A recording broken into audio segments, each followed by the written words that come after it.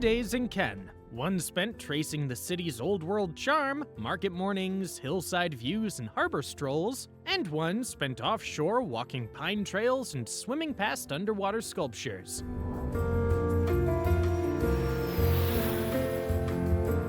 From the Les Suquet to Ile Sainte-Marguerite, this is a weekend built on contrast. Streets and sea, history and stillness, with just the right amount of elegance and escape. Here's how to spend 48 hours in Cannes, the Riviera's most cinematic little city.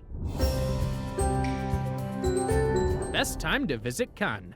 Cannes is at its best when the weather is warm, but the beaches aren't packed wall to wall. The ideal time to visit is late April through early July, or again in September when crowds thin, hotel rates are more affordable, and the Mediterranean is a shimmering 72 degrees Fahrenheit. Expect daytime highs around 75 degrees Fahrenheit or 24 degrees Celsius in May and June, with long sunny days and cool evenings. July and August bring the biggest crowds, the highest prices, and the heat climbing into the upper 80s. So for a Riviera trip that's equal parts relaxing and exciting, stick to spring or early fall when Cannes still feels like a secret. Airport tips. Unless you're arriving by private yacht, which, hey, this is Cannes, you'll likely fly into Nice Côte d'Azur Airport, about 17 miles or 27 kilometers away. The train is your smoothest bet. From Nice Saint-Augustin Station, it's a 35 to 45 minute ride straight to Cannes for about $10 USD. Taxis are faster door-to-door, but come with a steeper price tag, around $90 to $100, depending on traffic and time of day. There's also a direct express bus for 25 USD, but it takes close to an hour. For the best combo of comfort and cost, take the train. The views of the coast are worth it alone. Where to stay in Cannes? Cannes may be compact, but every neighborhood has its own personality. If you want ocean views, designer storefronts, and Cannes at its most iconic, stay on La Croisette. It's aligned with legendary hotels like the Martinez and the Carlton, and rooms here start around $400, often soaring past $800 for sea-facing suites. For a more intimate, authentic feel, head to Les Suquet in Old Town. Think cobbled lanes, colorful shutters, and restaurants spilling out into quiet squares. Boutique stays here range from $150 to $300 with charm built in. And for travelers watching their wallets, neighborhoods like Carnot or Republique are your go-to, just 10 to 15 minutes on foot from the center and full of solid 2- and 3-star options from $90 to $150 a night. How to get around Cannes.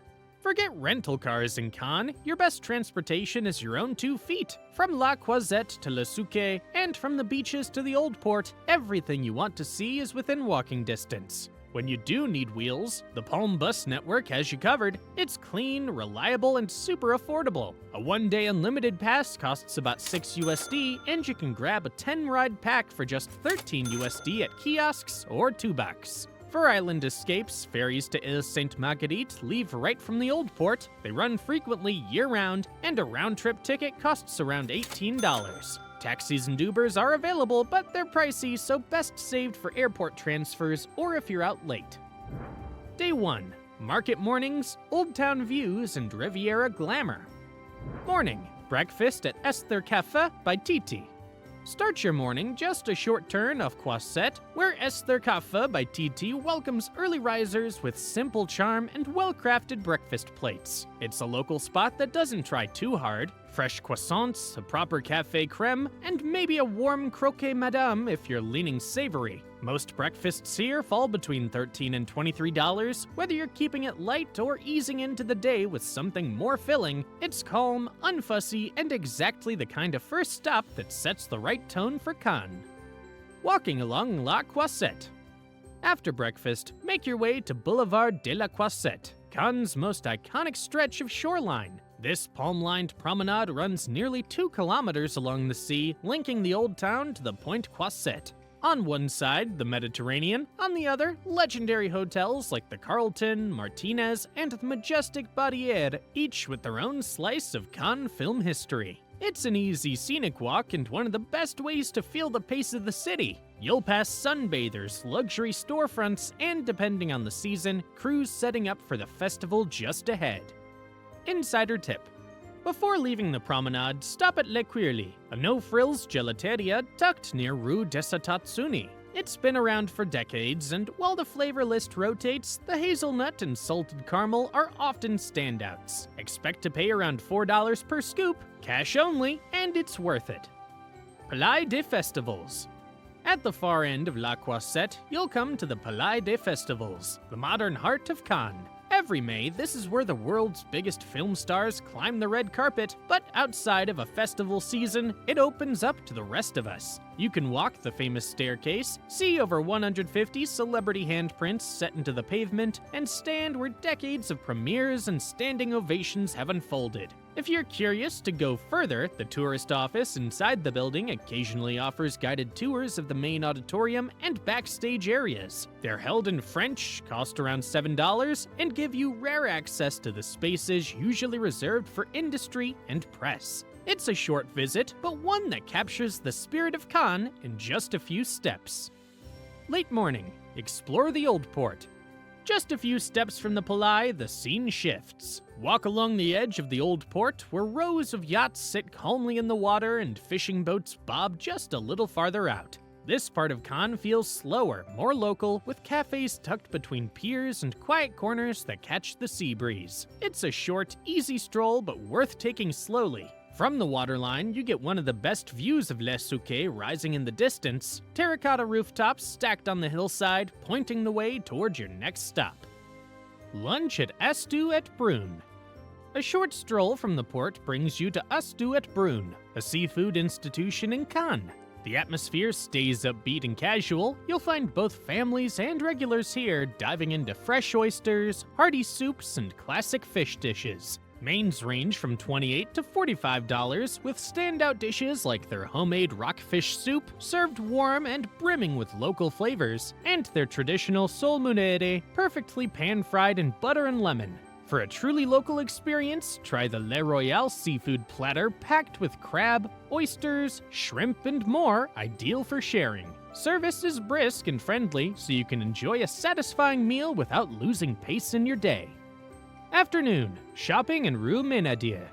From the Old Port, walk straight into Ru Minadier, a narrow pedestrian street that's been a shopping hub since the 19th century. It's known for its mix of traditional shops, bakeries, spice cellars, local delicacies, and Provençal textiles all packed into a short but lively stretch. Prices here are fair and many items are made in the region. You'll find everything from lavender soap and olive tapenade to wedges of cheese and handmade straw bags. It's one of the best places in Cannes to pick up quality gifts without the tourist markup.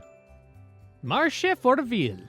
Just around the corner from Ru Minadier, you'll find Mare Forville, Cannes' main covered market. It's open Tuesday through Sunday for fresh produce, seafood, cheese, flowers, and spices, with Monday reserved for antiques and secondhand goods. Even if you're not shopping, it's worth walking through. Stalls are packed with seasonal fruit, regional specialties like dried herbs and candied citrus, and vendors who know their regulars by name. By mid-afternoon, many are closing up, but you'll still catch the lingering scent of rosemary and citrus in the air. Cinema Cannes Mural. The walking route through Les Suquet, Cannes' oldest district, begins near Place du Suquet, and your first landmark is the Cinema Cannes Mural. Painted across the sides of a residential building, this large-scale fresco celebrates the city's role in film history with characters and scenes drawn from decades of cinema. It's part of a citywide series of murals, but this one is especially symbolic. It marks the point where the modern city fades into the narrow lanes of the old town. From here, the atmosphere shifts, less glitz, more character, and the sights ahead are some of the most historic in Cannes. Iron Mask Tower. Just a few steps uphill, you'll pass the Iron Mask Tower, or Tour du Musée de Fer, a small stone structure with a big piece of legend behind it. While the famous prisoner was actually held at Sainte Marguerite Island, this tower gets its name from the same story. It's not open to the public, but it remains a curious landmark along the route, blending into the quiet residential corners of Les Suquet. You'll spot a plaque near the base, and beyond it, a narrow path that continues upward toward the old quarter's central square. Late afternoon, Place de la Castra. The walk into the upper part of Les Suquet leads you to Place de la Castra, a quiet square set high above the city. Surrounded by low stone walls and old pine trees, the space opens up to wide views over the harbor, the Croisette, and the Laerit Islands offshore. It's a peaceful pause in the middle of the route, no shops, no noise, just a sense of calm at the top of Cannes. On one side of the square, the bell tower of Notre-Dame d'Espérance comes into view, and just beyond it, the entrance to the Musée de la Castra. Notre-Dame d'Espérance. From the square, continue toward the stone steps that lead toward the Notre-Dame d'Espérance, the hilltop church that has overlooked Cannes for more than 400 years. Built in the early 17th century, it reflects the simple Provençal Gothic style of the region, with a solid bell tower that still marks the skyline of Les Suquet. Inside, the space is quiet and cool, with vaulted ceilings and side chapels filled with religious art and wooden statuary. Many of the pieces were donated by local families, and the church is still in use today, though visitors are welcome outside service times. There's no entry fee, and even a brief visit adds context to the area's deeper roots beyond the festival spotlight. Musée de la Castra. Just beyond the church, you'll find the Musée de la Castra, housed in the remains of an 11th century castle built by the monks of Ledens Abbey. Inside, the galleries hold an eclectic mix of collections. 19th century paintings by the Côte d'Azur, ritual masks and carved figures from Africa and Oceania, and over 200 musical instruments from across Asia and the Middle East. The building itself is part of the experience: vaulted rooms, narrow corridors, and a Romanesque chapel that's been preserved in its original stonework. For those up for a climb, the old watchtower offers a full 360-degree view after 109 steps, one of the most impressive lookout points anywhere in Cannes. Admission is around $7, and the museum offers a calm, reflective stop at the very top of the old quarter. Early evening, Quai de God Walk.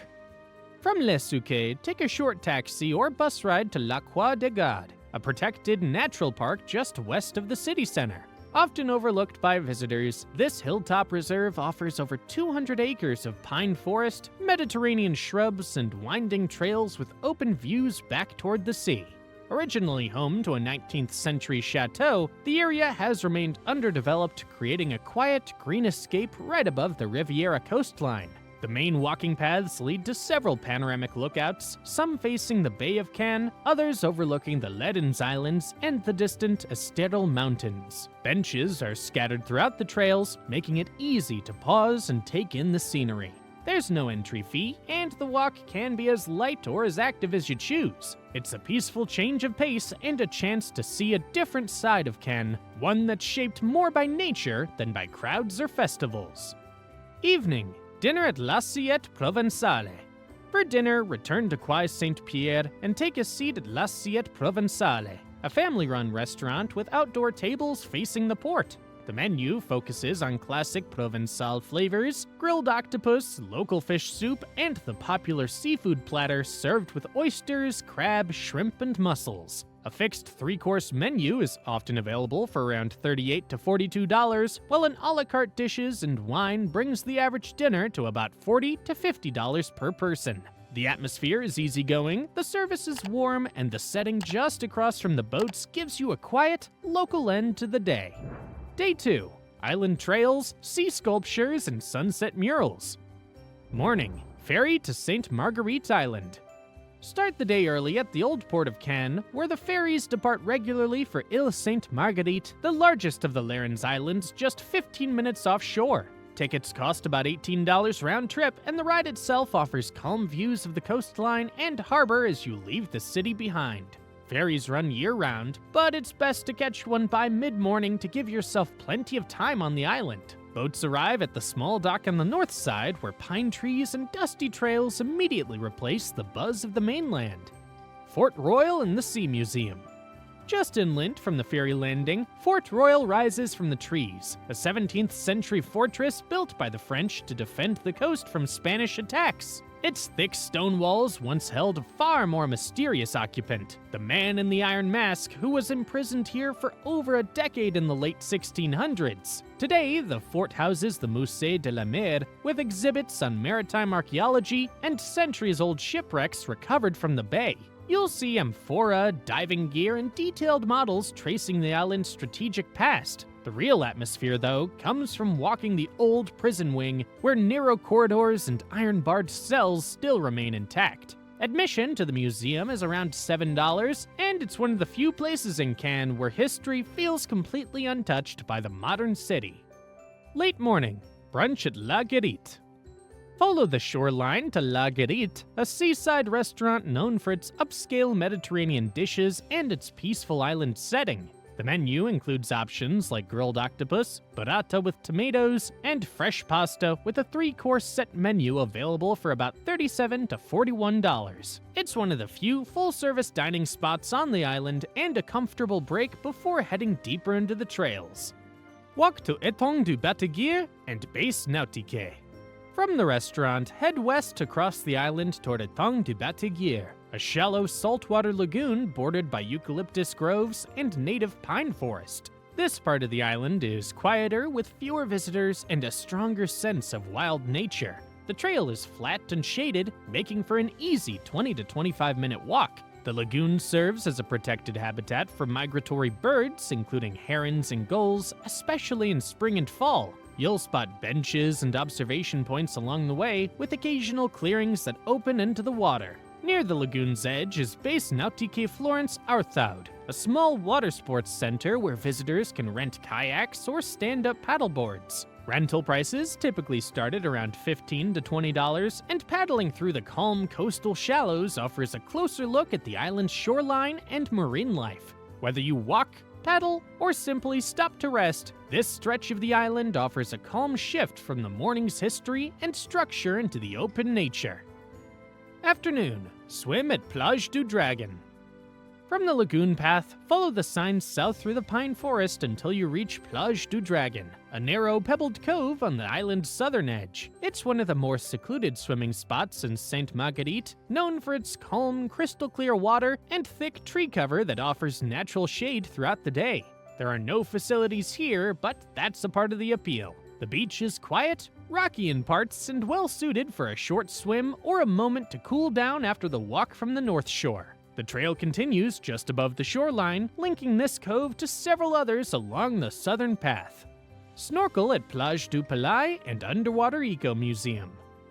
Continue along the coastal path until you reach Plage du Palais, a quiet cove with clear water and easy access to one of the island's most unexpected sights, the Underwater Eco Museum by Jason DeCatis Taylor. Installed just offshore in 2021, this series of 6 human-sized sculptures rests on the seafloor a few meters below the surface. Each face was modeled after local residents, and over time, the statues have become artificial reefs, attracting small fish and marine life. You don't need dive gear, just a mask and snorkel. The water here is usually calm, and visibility is good, especially earlier in the afternoon. There are no rental facilities on site, so bring your own gear if you plan to explore. It's a short swim from the shore, but one that adds something unexpected and quietly surreal to the island experience. Late afternoon, relax at Plage de Pierre Hoot. Further along the trail, Plage de Pierre Hoot offers a more rugged, low-key spot to unwind. Unlike the island's forested coves, this beach opens into a rocky shoreline with flat stones, perfect for sunbathing or stretching out after a swim. The water is deeper and cooler here, with fewer people and wide views across the Mediterranean. There are no restrooms or cafes nearby, so it's best suited for a final dip or a quiet rest before heading inland again. Waves are typically gentle, and the area feels tucked away as a quiet place to take in the island's natural rhythm before wrapping up your loop. Stop at the Fort Boule. Hidden along the inland trail, the Fort Boule is a 19th century stone furnace built to heat cannonballs for coastal defense. Its rounded brick structure still stands among the trees, partially covered in moss and brush, giving it the feel of a forgotten outpost. While it's easy to miss, the site remains intact and accessible, offering a rare look at the kind of military infrastructure once used across the island. It's the last point of interest before making your way back to the ferry dock. Evening, shopping on Rue d'Antibes. Back in Cannes by early evening, head straight to Rue d'Antibes, the city's main shopping boulevard just 1 block behind Croisette. This stretch blends well-known French labels with smaller boutiques, perfumeries, bookshops, and seasonal pop-ups, all housed in elegant 19th century buildings. You'll find everything from mid-range fashion to specialty stores selling Provençal goods and accessories. Many shops stay open later in the evening, especially during summer months, making it an ideal time to browse without the daytime crowds. Even if you're not buying, it's a lively area to wander, polished but relaxed, with a steady flow of locals and visitors and no rush to leave the street behind. Dinner at Vita Cannes. After shopping, head to Vita, a stylish Italian restaurant tucked just off the Croisette. The menu leans classic and refined, truffle ravioli, tuna tartare, and wood-fired Neapolitan pizzas among the very popular dishes, alongside a rotating list of grilled meats and fresh pasta. Portions are generous and the drink menu includes Italian wines and seasonal cocktails. A full dinner with dessert and drinks typically ranges from $32 to $45 per person, making it one of the better mid-range options in the area with both quality and atmosphere. Le Pont Mural Walk. After dinner, take a short walk north toward Place Cornu Gentil, where some of Cannes' most recognizable Le Pont murals come to life under soft evening lighting. These large-scale artworks pay tribute to French cinema, stretching across entire facades with detailed storybook-style painting. Begin with the towering Marilyn Monroe mural on Rue Antibes, then continue toward the Jean-Paul Belmondo car mural based on his role in Flic au Voyou. A few others can be spotted nearby, all within walking distance, and each offering a unique take on the city's relationship with film. It's easy to loop and a creative way to wind down the day with just the right balance of art, atmosphere, and open-air discovery. And that's your perfect weekend in Cannes, where sea views, pine trails, and open-air murals come together in just 2 unforgettable days. If this guide helped you plan your trip, don't forget to like, subscribe, and turn on notifications. And if you're exploring more of the Riviera, check out our guides to Nice and Monaco, 2 nearby gems, each offering a completely different take on the Mediterranean coast.